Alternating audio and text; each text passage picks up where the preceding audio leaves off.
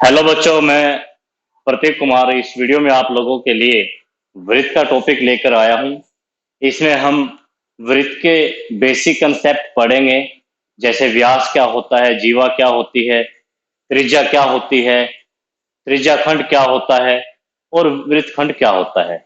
और साथ के साथ इनसे संबंधित हम एक दो क्वेश्चन भी करेंगे। तो बच्चों, स्टार्ट करते हैं आज की इस वीडियो में वृत्त, जिसको हम इंग्लिश में कहेंगे सर्कल। वृत्त में बच्चों एक केंद्र होता है। वृत्त के अंदर एक केंद्र होता है और उसमें अनगिनत त्रिज्याएं होती है। अनगिनत जो है त्रिज्याएं होती हैं, जिनको हम रेडियस कहते हैं, इसलिए उसको आर से प्रदर्शित किया जाता है। तो एक होता है इसके अंदर व्यास। व्यास क्या होता है बच्चों? एक ऐसी रेखा जो वृत्त को आंतरिक तौर पे जोड़ेगी और केंद्र से होके जाएगी, उसको हम कहते हैं व्यास। और याद रखना, व्यास हमेशा त्रिज्या का दुगना होता है। व्यास हमेशा त्रिज्या का दुगना होता है। व्यास को इंग्लिश में कहते हैं डायमीटर, इसलिए इसको हम डी से प्रदर्शित करते हैं, यानी कि डी बराबर होता है हमेशा 2r। ठीक है बच्चों। एक होती है जीवा। जीवा क्या होती है?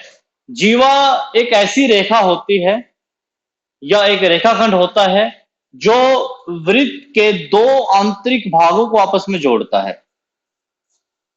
वृत्त के दो आंतरिक भागों को आपस में जोड़ता है। तो इस प्रकार अनगिनत जीवाएं होती हैं वृत्त के अंदर, और जो जीवा वृत्त के केंद्र से होकर गुजर जाती है उसको हम कहते हैं व्यास। और आपको एक बात और ध्यान रखनी है, वृत्त की सबसे बड़ी जीवा उसका व्यास होता है। वृत्त की सबसे बड़ी जीवा उसका व्यास होता है।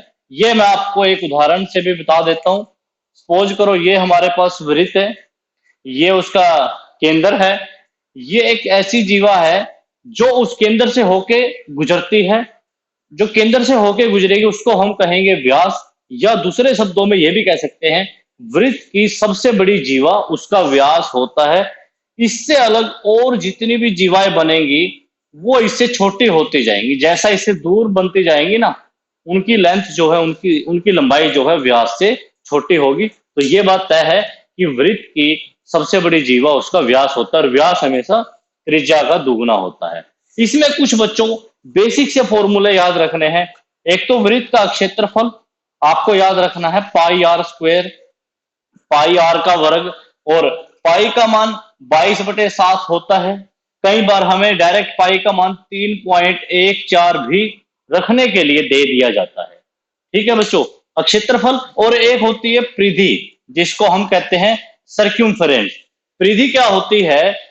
किसी भी वृत्त के चारों तरफ का जो रास्ता होता है, किसी भी वृत्त के, अगर हम उसका एक कंप्लीट, एक पूर्ण चक्कर कर लेते हैं, या फिर ये कह सकते हैं कि चारों तरफ का जो रास्ता होता है उसको परिधि कहते हैं। और परिधि का सूत्र होता है बच्चों 2πr। पाई का मान जैसा मैं आपको बता चुका हूं 22/7, या हमें 3.14 दिया भी जा सकता है और हम अपनी मर्जी से भी उसको ले सकते हैं। ठीक है बच्चों, अब हम ये पढ़ते हैं त्रिज्या खंड क्या होता है। इसके नाम से ही यहां पे स्पष्ट हो जाता है, त्रिज्याओं से बना हुआ खंड। जैसे ये वृत्त है बच्चों, ठीक है, ये उसका केंद्र है। त्रिज्या की जो वैल्यू है, त्रिज्या का जो मान होता है वो हमेशा बराबर होता है। वैसे अनगिनत त्रिज्याएं होती हैं किसी भी वृत्त के अंदर। तो आपको जैसे मैंने बताया, त्रिज्या खंड जो है त्रिज्याओं से ही बना हुआ खंड होता है। तो यहाँ पे एक त्रिज्या मतलब ये है, दूसरी त्रिज्या ये है, दोनों के मान सेम है। तो इनकी वजह से जो बीच में ये भाग बना है, ये जो खंड बना है, इसको हम कहेंगे त्रिज्या खंड। ठीक है बच्चों, इसको हम कहेंगे त्रिज्या खंड। और ये त्रिज्या खंड किसी न किसी कोण पे होता है, उस कोण को हमने मान लिया थीटा। वैसे हमें पता है किसी भी सर्कल में जो संपूर्ण कोण होता है वो कितने डिग्री का पाया जाता है, वो होता है 360 डिग्री। लेकिन ये जो हमारा एक सपोज करो, मान लो वृत्त का केंद्र O है, ये यहाँ पे A पॉइंट है, ये यहाँ पे B पॉइंट है, तो त्रिज्या खंड हमारा कौन सा बना? त्रिज्या खंड हमारा यहाँ पे बना OAB। ठीक है, और वो कितने कोण पे है? वो कोण है हमारा थीटा। वैसे तो संपूर्ण कोण कितना होता है? 360 डिग्री होता है। अब इसका यदि क्षेत्रफल निकालना हो, किसका क्षेत्रफल निकालना हो? त्रिज्या खंड का। त्रिज्या खंड का क्षेत्रफल निकालना हो, उसका फॉर्मूला होता है हमारे पास थीटा बटे 360। थीटा जो वो कोण हमें दिया हुआ है त्रिज्या खंड का, बटे 360 गुना में जो एक वृत्त का क्षेत्रफल होता है। और वृत्त का क्षेत्रफल कितना होता है? पाई आर वर्ग। तो ये सूत्र बना हमारा त्रिज्या खंड का। एक इसमें होती है चाप, एक इसमें होती है चाप। चाप का मतलब क्या है बच्चों? देखो, अगर हम वृत्त के चारों तरफ की बात करें तो उसको हम कहते हैं परिधि, और परिधि का सूत्र आपको मैंने बताया था 2 पाई आर होता है। चाप का मतलब ये परिधि का कुछ भाग है, तो ये चाप होगी हमारी ए बी। इसको हम ऐसे भी दिखा सकते हैं, ए बी के ऊपर चाप लगा के। इसका मतलब है चाप ए से लेके बी तक है। चाप की लंबाई कैसे निकालनी है? देखो, कुल परिधि होती है हमारी 2 पाई आर। अगर उसको हम थीटा बटे 360 से गुणा कर देंगे तो वो सूत्र बन जाएगा चाप की लंबाई का। ठीक है बच्चों, मैं उम्मीद करूंगा आपको ये त्रिज्या खंड का जो टॉपिक है ये भी अच्छे से समझ में आया है। उसके बाद हम करते हैं वृत्त खंड क्या होता है। अब करेंगे बच्चों हम वृत्त खंड। वृत्त खंड भी दो तरह का होता है। एक तो होता है दीर्घ वृत्त खंड, और एक होता है लघु वृत्त खंड। ठीक है बच्चों, ये हमारा वृत्त है।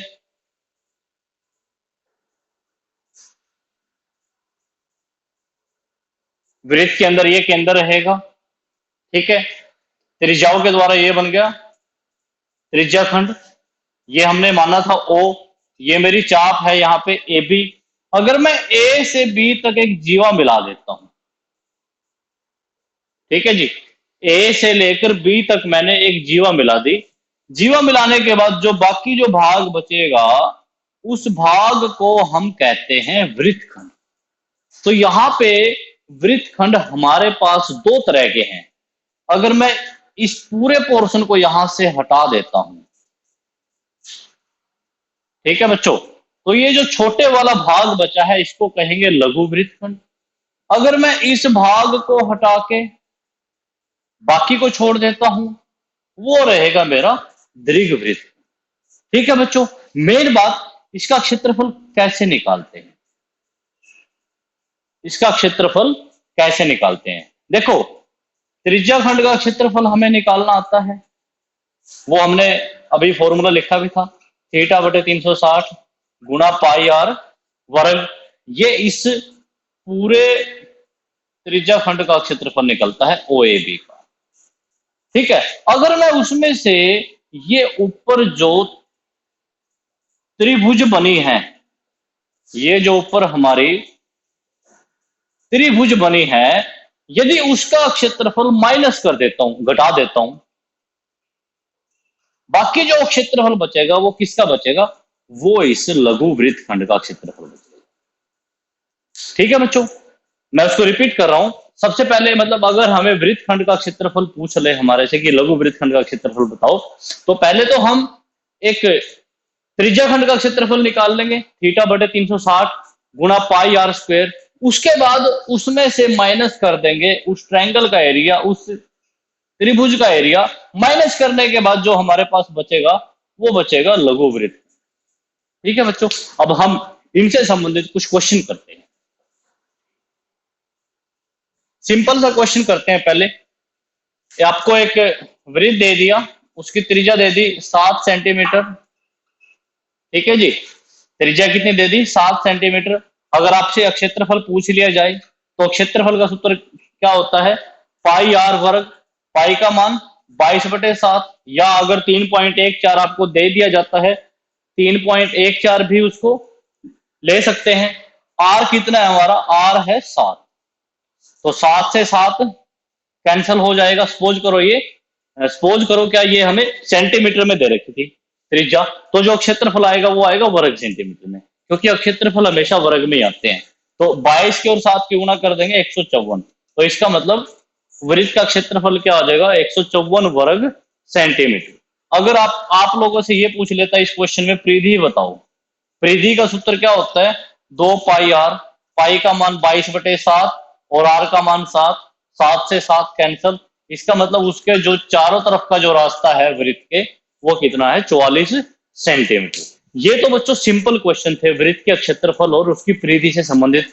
अब एक क्वेश्चन करते हैं त्रिज्याखंड वाला। क्वेश्चन आपके पास यही है, एंगल आपको वहां पे कोण आपको दे दिया 60 डिग्री का, मतलब ये कह दिया एक वृत्त जिसकी 7 सेंटीमीटर की त्रिज्या द्वारा 7 सेंटीमीटर की त्रिज्या द्वारा एक त्रिज्याखंड बनाया गया है, और वो त्रिज्याखंड आपका 60 डिग्री के कोण पे है। इसका मतलब थीटा का मान दे दिया 60 डिग्री, आर का मान दे दिया आपको, त्रिज्या का मान दे दिया 7 सेंटीमीटर, और ये पूछ लिया उस त्रिज्याखंड ओ ए बी का क्षेत्रफल ज्ञात करो। तो देखो बच्चों कैसे ज्ञात करेंगे उसको। त्रिज्याखंड का क्षेत्रफल, इसका आपको अभी अभी मैंने सूत्र बताया था, थीटा बटे 360 गुणा पाई आर स्क्वेयर। थीटा का मान है 60 डिग्री बटे 360, पाई का मान 22/7 और त्रिज्या हमें दे रखी है यहाँ पे 7, तो यानी कि आर वर्ग का मतलब 7 का वर्ग, 7 का वर्ग का मतलब 7 गुना 7। देखो 0 से 0 कैंसल, ठीक ठीक 36, 7 से 7 कैंसल, ये देखो 2 तिया 6 और 11 दूनी 22। अब हम अंश की अंश से गुणा कर लेते हैं, 11 से 70 और बटे में कितना बचा है 3, भाग दे लेंगे इससे, 3 दूनी 6, 1 हासिल, 3 पंजे 15, 2 हासिल, 3 छीके 18, 3 मतलब ये हमारा जो है इसका क्षेत्रफल लगभग आ जाएगा 25.66 वर्ग सेंटीमीटर। ये किसका क्षेत्रफल है, ये क्षेत्रफल है त्रिज्याखंड का क्षेत्रफल। अगर इसी क्वेश्चन में आप लोगों से ये पूछ लिया जाता कि चाप की लंबाई बताओ, चाप की लंबाई कितनी है, तो चाप की लंबाई का सूत्र क्या है बच्चों,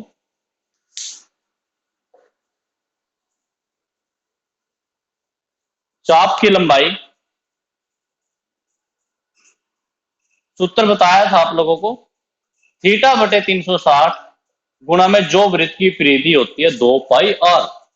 थीटा हमारा है 60 डिग्री, 360, 2 पाई का मान 22/7 और आर यानी कि वृत्त की त्रिज्या जो कि कितनी दे रखी है 7 सेंटीमीटर। ये 7 से 7 कैंसल, 36, 2 तिया 6, अंश में तो बचा है 22, हर में बचा है 3, भाग दे लेंगे इसको, 3 सते 21, एक बचा है, 3 तिया 9, 3 तिया 9, यानी कि लगभग जो है चाप की लंबाई, उस ए बी चाप की लंबाई जो है वो आ जाएगी 7.33 सेंटीमीटर। देखो बच्चों मेरा जो मोटिव है वो ये है कि मैं आपको किसी भी मेंसुरेशन में, क्षेत्र मिति में एक टॉपिक के फॉर्मूले बता के उससे संबंधित एक दो क्वेश्चन आप लोगों को करा दूं, ताकि आप लोगों के फॉर्मूलों से संबंधित कंसेप्ट साथ ही साथ क्लियर होते जाएंगे। दूसरी बात, आप लोग इस वीडियो को देखकर ये मत सोचना कि आप लोगों को क्षेत्र मिति सारी आ चुकी है। आपको इससे संबंधित ज्यादा से ज्यादा क्वेश्चन करने हैं, और हम भी हर एक वीडियो में ज्यादा से ज्यादा क्वेश्चन आप लोगों के लिए लेकर आएंगे। अब हमारा जो टॉपिक है वो तीसरा टॉपिक हमने क्या किया था, वृत्तखंड। अगर कुछ ऐसा ही क्वेश्चन है, आपको वृत्तखंड का क्षेत्रफल निकालना दे दिया जाए, वो कैसे निकालेंगे।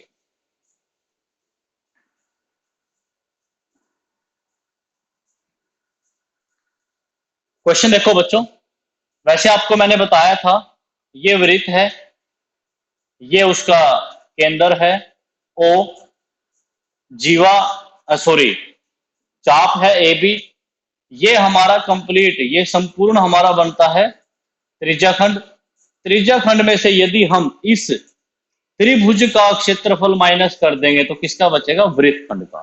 और नेक्स्ट वीडियो में बच्चों हम, या हमारी एक दूसरी वीडियो भी है, उसमें मैंने